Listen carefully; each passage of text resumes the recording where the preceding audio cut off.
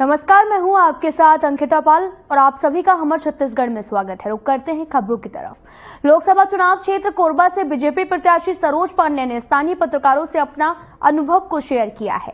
साथ ही उन्होंने उन तमाम शंकाओं पर भी समाधान किया जो पत्रकारों ने उनके समक्ष प्रस्तुत किए हैं। तो वहीं सरोज पांडे प्रधानमंत्री नरेंद्र मोदी को लेकर बोली है। देश के यशस्वी प्रधानमंत्री नरेंद्र मोदी गारंटी को पूरा देश मान भी रहा है और उसका समर्थन भी कर रहा है।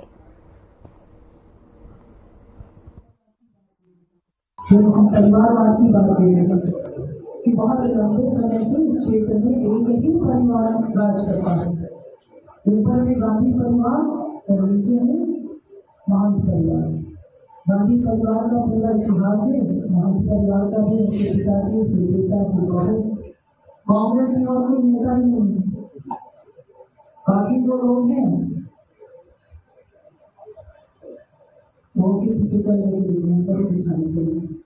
मैडम आप 5 लेटर लगता हो गया 5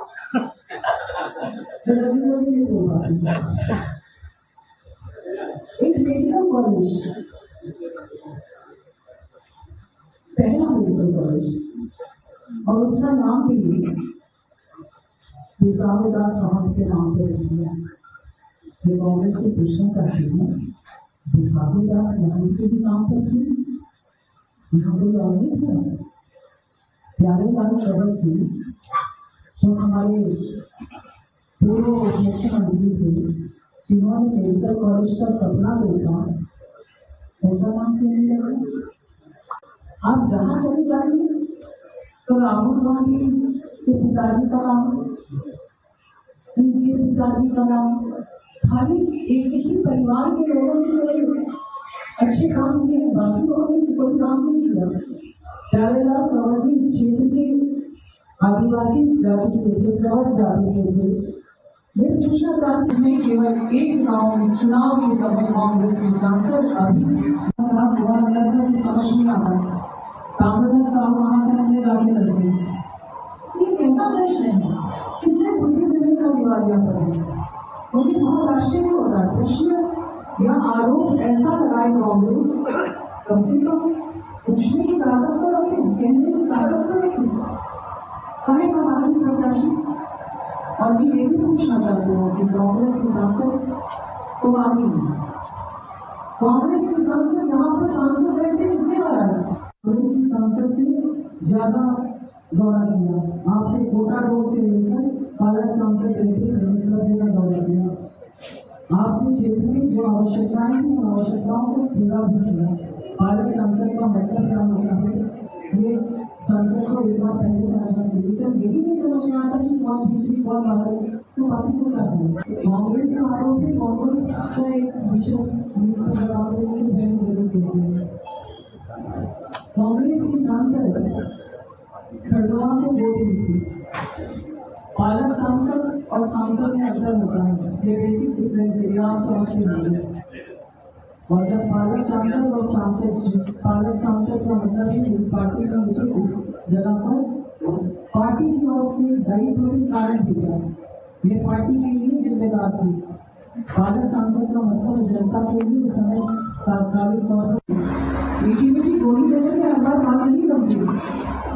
मीठी गोली बहुत हो जाए तो नुकसान कर देती है। इस बार गोली मीठी ज्यादा हो गई। मैं ये बात कहना चाहती हूँ और कांग्रेस से भी पूछना चाहती हूँ। देखो गांधी कहने वाले ये चुनाव राष्ट्रीय चुनाव है।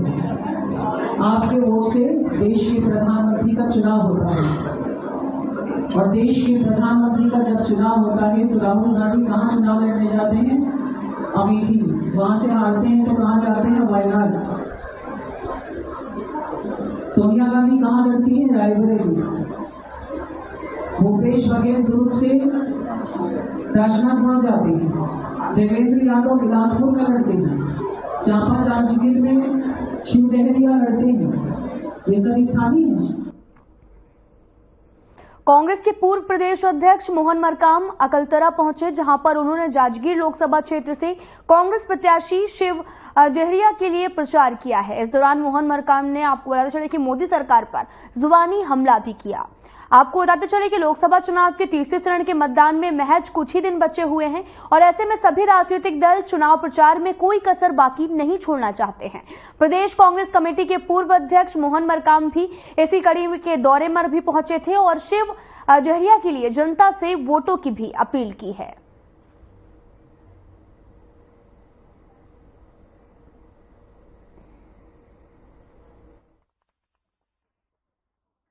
इतनी बड़ी संख्या में कांग्रेस पार्टी से जो लोग भाजपा में प्रवेश कर रहे हैं, उस पर ये क्या कारण है? सबसे पहले तो हम लोग जांजगीर लोकसभा क्षेत्र के प्रत्याशी आदरणीय डॉक्टर शिव डेहरिया जी के समर्थन में आज हम लोग अलग अलग गांवों में 7 सभाएं आज हम लोगों करने जा रहे हैं और जिस ढंग से उत्साह देखने को मिल रहा है, जबरदस्त उत्साह है और हमारे आदरणीय लोकसभा प्रत्याशी डॉक्टर शिव डेहरिया जी भारी मतों से जीतेंगे ऐसा मुझे लगता है। रही बात कांग्रेस छोड़कर बीजेपी में जाने की बात, अभी सत्ता है और भारतीय जनता पार्टी की सरकार हमारे कार्यकर्ताओं को डराकर धमकाकर बीजेपी प्रवेश कर रही है, मगर नेता जाते हैं मगर कार्यकर्ता नहीं जाते। कार्यकर्ता हमारे साथ हैं और हमें जिस ढंग से आपने देखा होगा, मेरी तीसरी सभा है, हर सभा में 1000-2000 लोग आ रहे हैं, तो कहीं ना कहीं कांग्रेस के प्रति रुझान है। और भारतीय जनता पार्टी की 10 सालों में बैठी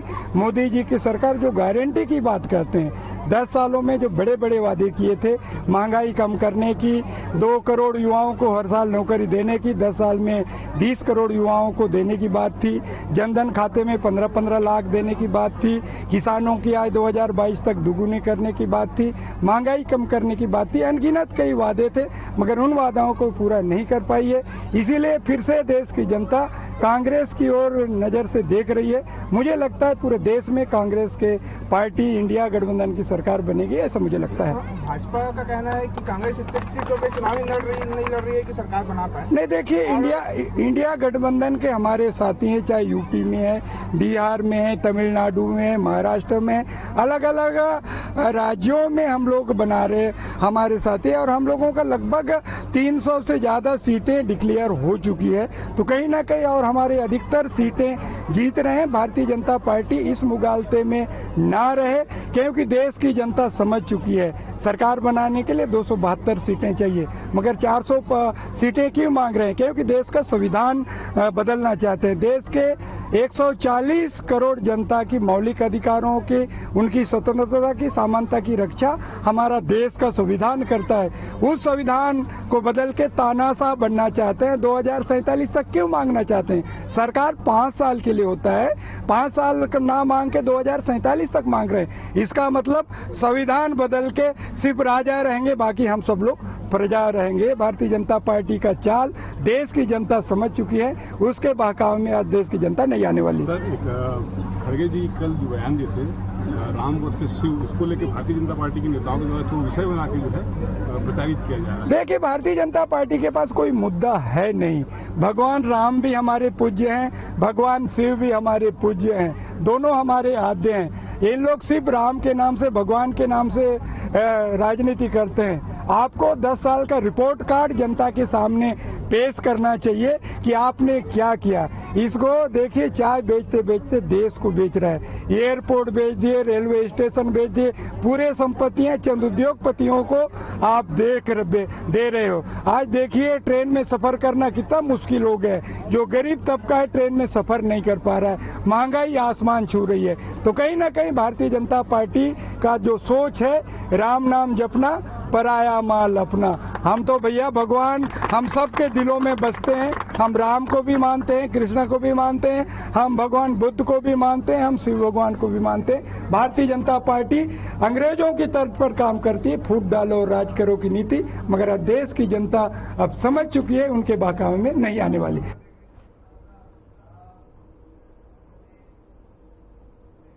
फिलहाल यहाँ रुकते हैं एक छोटे से ब्रेक के लिए।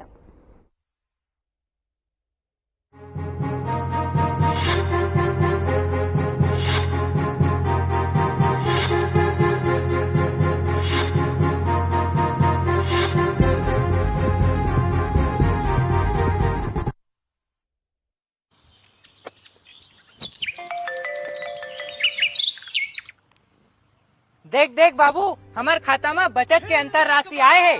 हाँ बेटा, पूरा प्रदेश में सरकार है 44,000 करोड़ किसान मन ला दे और सब ले ज्यादा पूरा देश में धान की कीमत घलो देवा थे। अबे तो सब कथे बाबू, जेन बनाए हैं तेने सवारी, हम सबके वोट मोदी ला जाही।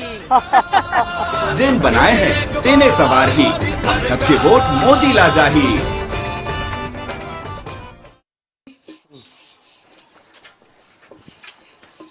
सुना था हमारे प्रधानमंत्री आवास के स्वीकृति मिल गए है। हमारे देश से 18 लाख गरीब परिवार ला पक्का मकान मिलने वाला है। उतमिल नहीं रीस, जेन बनाए हैं तेने तो सवारी, हम सबके वोट मोदी ला जाही। जेन बनाए हैं तेने सवार ही, हम सबके वोट मोदी ला जाही।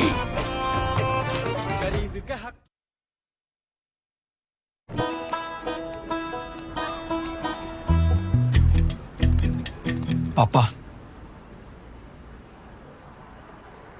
किसी की शादी थी क्या? इंटरव्यू का कॉल आया होगा, है ना? पक्की नौकरी?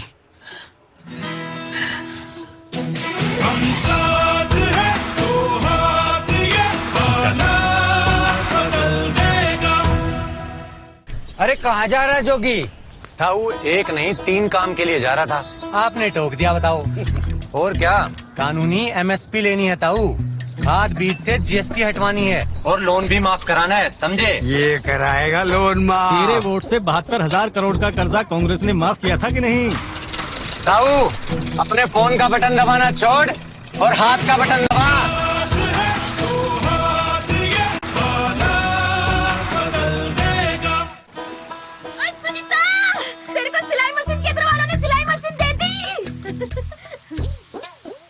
नहीं कुछ बेचा? फिर सुनीता बता ना।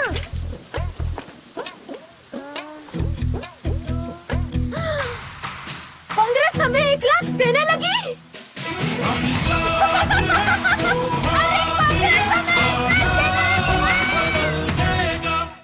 वोट देने में इतना क्या सोचना? वोट ही तो सोच कर देना है अंकल जी। टेम्पल, बड़े तुम कैसे नहीं बोलते बेटा? पर मैं भी तो बड़ी हो गई हूँ पापा। किसने कहा? कांग्रेस ने।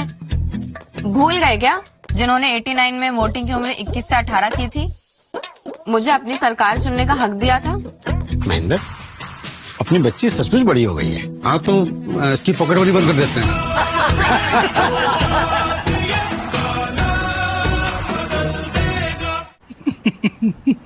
ब्रो, ये देखा? 10 साल में गरीब और अमीर के बीच आया फर्क। इससे मुझे क्या? अरे ये मेरी रोटी है यार। उससे मुझे क्या? भैया जी जब अपनी रोटी छिनती है ना तब पता चलता है। ब्रो, उसी को वोट दो जो किसी की थाली से रोटी ना छीने। डॉक्टर साहब, ये माँ के ऑपरेशन के पैसे। वो हो गए। और टेस्ट के? हो गए हो गए। और दवाइयाँ? अरे भाई हो गई, मुझे और भी पेशेंट देखने। भाई तू क्या कर रहा है? इधर आ, बैठ। 25 लाख तक का इलाज अब फ्री।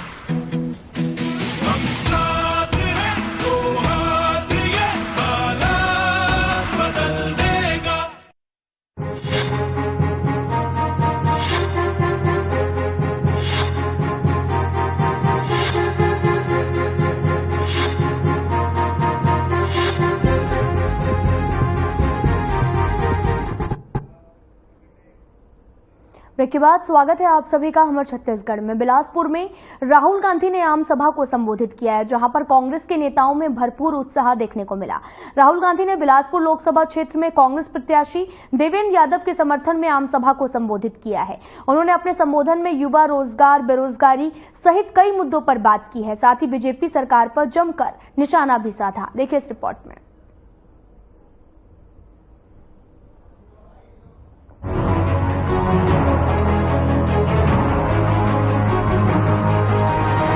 बिलासपुर लोकसभा क्षेत्र में कांग्रेस प्रत्याशी देवेंद्र यादव के समर्थन में राहुल गांधी ने आम सभा को संबोधित किया। संबोधन के दौरान उन्होंने युवा, रोजगार, बेरोजगारी की वजह से महिला सशक्तिकरण और पहली नौकरी, पक्की नौकरी के मुद्दों पर बातचीत की। तो वहीं दूसरी तरफ बिलासपुर लोकसभा सीट के कांग्रेस प्रत्याशी देवेंद्र यादव के हक में वोट देने की भी अपील की गई। उन्होंने बीजेपी पर तंज कसते हुए कहा कि मैं बिलासपुर में कई बार आया हूं, लेकिन ऐसी भीड़ पहली बार देखी है। अपने संबोधन में राहुल गांधी ने बीजेपी पर हमला बोलते हुए कहा कि किस तरह से मौजूदा बीजेपी सरकार ने देश में संविधान को खत्म करने की योजना बनाई। अगर इस बार साल 2024 में बीजेपी सरकार बनती है तो सबसे बड़ा खतरा संविधान के बदले जाने का है।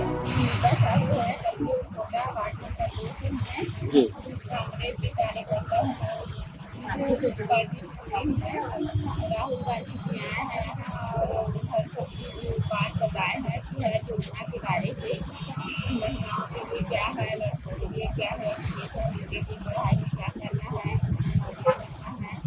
और लेडीज को सराहना करना है, करना है और सब कुछ बात बताए हैं।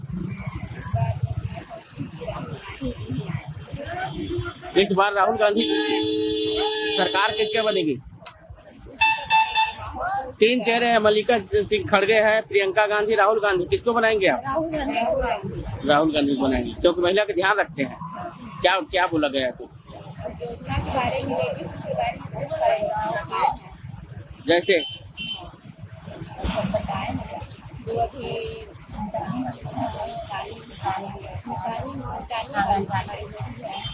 मितानिनों के बारे में क्या बोला गया?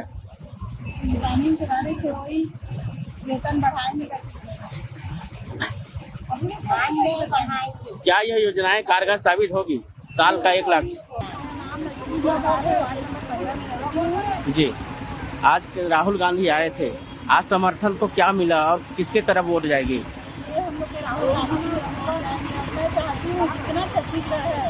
छत्तीसगढ़ के बाहर भी है, उस समय सबको हाथ जोड़ के विनती करती हूँ कि आप राहुल गांधी को जिताइए। हर महीने के लिए निकले, स्वास्थ्य के लिए निकले, पढ़ाई के लिए निकले, सब चीज के लिए निकले। तो राहुल गांधी को वोट दीजिए और छत्तीसगढ़ को आगे बढ़ाइए। 10 साल बीजेपी वाले राज में जिस बार बदलाव आना चाहिए। राहुल गांधी ने महिलाओं का देखते हुए 1 लाख रुपए देने की बात कही, 8,500 रुपए अपने घोषणा में दिया। क्या ये योजना कारगर साबित होगी? हाँ बिल्कुल होगी, आएंगे और आगे लेकर जाएंगे। 7 तारीख को वोटिंग है, क्या कितने लोगों को क्या बोलेंगे? हम यही बोलेंगे कि जितना हो सके भाभी में कैसे जिताएंगे और आगे बढ़ेंगे। बिलासपुर लोकसभा कांग्रेस बहुत प्रचंड बहुमत से जीत के आएगी। ये जो जोश युवाओं में पार्टी जिंदाबाद हर वर्ग में दिख रहा है, आप कहीं नहीं पाएंगे जो बिलासपुर में हम जीत के आ रहे हैं। अब देखना होगा कि सभी राजनीतिक पार्टियों के चुनावी वादों के बावजूद आम जनता किसे चुनती है। कांग्रेस के घोषणा पत्र का आम जनता पर कितना असर होता है, ये तो मतगणना के बाद ही पता चलेगा। Bureau report.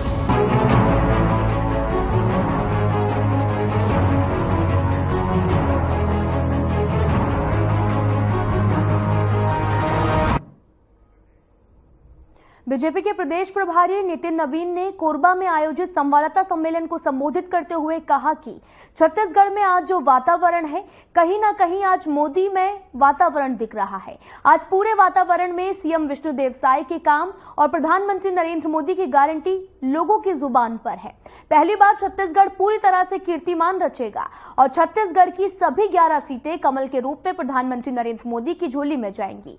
आज छत्तीसगढ़ के सभी लोकसभा क्षेत्र में हमने भ्रमण किया है और सभी जगहों में हम मजबूत हैं।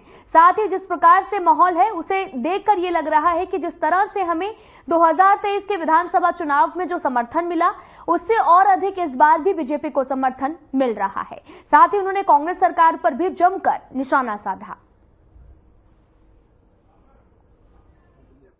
कहीं न कहीं मैं कह सकता हूं कि पहली बार छत्तीसगढ़ इसी तरह से कीर्तिमान रचेगा और 11 की 11 लोकसभा सीटें कमल के रूप में नरेंद्र मोदी के झोली में जाएंगी। आज हम लोगों ने सभी लोकसभाओं का भ्रमण किया है, सभी लोकसभा में कार्यकर्ताओं के साथ और जनता के बीच में जो वर्किंग होगी इसका फीडबैक लिया है और जो माहौल है तो कहीं न कहीं स्पष्ट रूप से दिख रहा है कि जिस प्रकार से 2023 में भारतीय जनता पार्टी को समर्थन मिला था, उससे कहीं अधिक समर्थन इस बार 2024 से लोकसभा में। कहीं न कहीं यहाँ पर जो भूपेश के भ्रष्टाचार आज भी लोगों की जुबान पे, और जो सरकार उन्होंने चलाई, यहाँ के चरणदास महंत हों या जिस प्रकार के लोग हैं उनके साथ, आप देख सकते हैं कि सारे वो लोग हैं जिन्होंने करप्शन में शागिर्द बने रहे भूपेश, चाहे वो शिव डहरिया हो, चाहे वो चरणदास महंत हो। और चरणदास महंत ने तो कितने अपमानित तरीके से कर सकते हैं, आपत्तिजनक तरीके से माननीय प्रधानमंत्री के लिए जो अपशब्द कहा, आज जनता उसको जवाब देने के लिए खड़ी, चाहे वो जागीर का इलाका रहे चाहे कोरबा में, जनता उनको जवाब देने की खड़ी। मैं तो पूछता हूँ कि आप मोदी को क्यों लाठी मारना चाहते हैं, आप मोदी को क्यों गाली देते हैं? यही कारण है कि मोदी से आप डर में, मोदी से आप भय में। मोदी ने गरीबों की सेवा की इसलिए आपको डर, मोदी ने कहीं आपके भ्रष्टाचार पे चोट किया इसलिए आपको डर, मोदी ने गरीब महिलाओं को महतारी वंदन योजना का लाभ दिया इसलिए आपको डर, मोदी ने किसानों को 2100 का लाभ दिया इसके लिए आपको डर, मोदी ने कहीं ना कहीं 2 वर्ष का किसानों का बोनस का विषय मोदी गारंटी में पूरा किया इसलिए आपको डर, मोदी ने इस राज्य को ट्राइबल मुख्यमंत्री दे दिया इसलिए आपको डर। तो मोदी को कहीं ना कहीं लाठी मारने का जो आपका सपना है, वो जनता अब आपको अपने वोट के चोट से लाठी मारेगी। और कहीं ना कहीं जो अनर्गल बयानबाजी आपने किया है, मैं तो चुनौती देता हूं, हमारे लोग तो खड़े हैं, किसी एक मोदी परिवार पर आप लाठी चला के तो देखो। भाजपा कार्यकर्ता पूरी तरह से एक लाठी का जवाब जो आपने शब्द प्रयोग किया है वोट की चोट से देगा, और जनता उनके साथ खड़ी, और आपका जमानत कहीं न कहीं जब्त होने की स्थिति में आ जाए।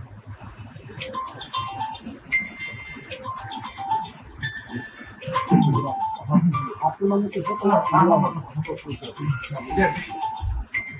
दावा किए जा रहे कांग्रेस द्वारा पहला दूसरा चरण का मतदान हुआ, उसमें सर्वाधिक वोट कांग्रेस के ऊपर आया, जिसके कारण अब भाजपाइयों में घबराहट आ गई है, जिसके कारण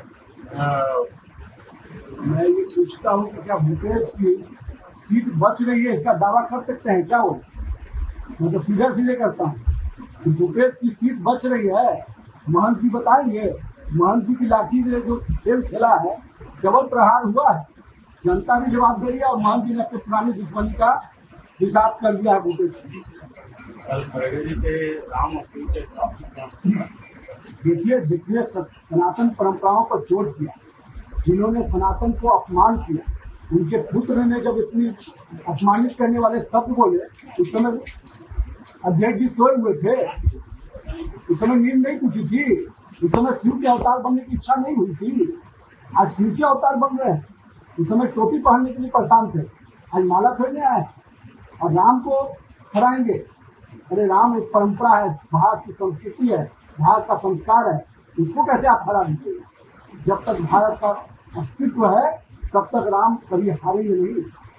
राम ने तो उस समय भी रावण को हराया था, और इस समय भी जो कलयुगी रावण सब है इनको भी शिकस्त होगी, और आज के राम निश्चित रूप से रावण को शिकस्त। कांग्रेस की बात हो रही है कि कोविड का जो वैक्सीन लगा है उस वैक्सीन से हार्ट रेट बढ़ गया है, और मोदी जी इसकी वाहवाही लूट रहे हैं। तो नहीं लेना चाहिए था, उन्होंने तो कहा था कि मोदी वैक्सीन है, लेकिन छिप छिप के सब लोगों ने लिए, और किसी को कोई प्रॉब्लम नहीं हुआ है। जिन्होंने गरीब के काले धन को इकट्ठा किया है, जिन्होंने भ्रष्टाचार किया है, उनको तो निश्चित रूप से भगवान भी माफ नहीं करते। कांग्रेस कहती है कि भाजपा के लोग राहुल गांधी को गाली देते हैं, सोनिया गांधी को गाली देते हैं। उन्होंने कभी भी गाली शब्द का प्रयोग किया है क्या? मौत के सौदागर किसने कहा? चौकीदार चोर किसने कहा? और अभी भी शब्दों का जो मर्यादा तोड़ा है किसने तोड़ा है? और जनता ने उनको सजा दी है। जब जब मोदी को गाली दिया है तब तक जनता ने मोदी को जीत का हार पहनाया। निश्चिंत रहिए, आप और गाली दीजिए और जीत के हार मिलेगी। भूपेश की सीट बच रही है, इसका दावा कर सकते हैं क्या? बोले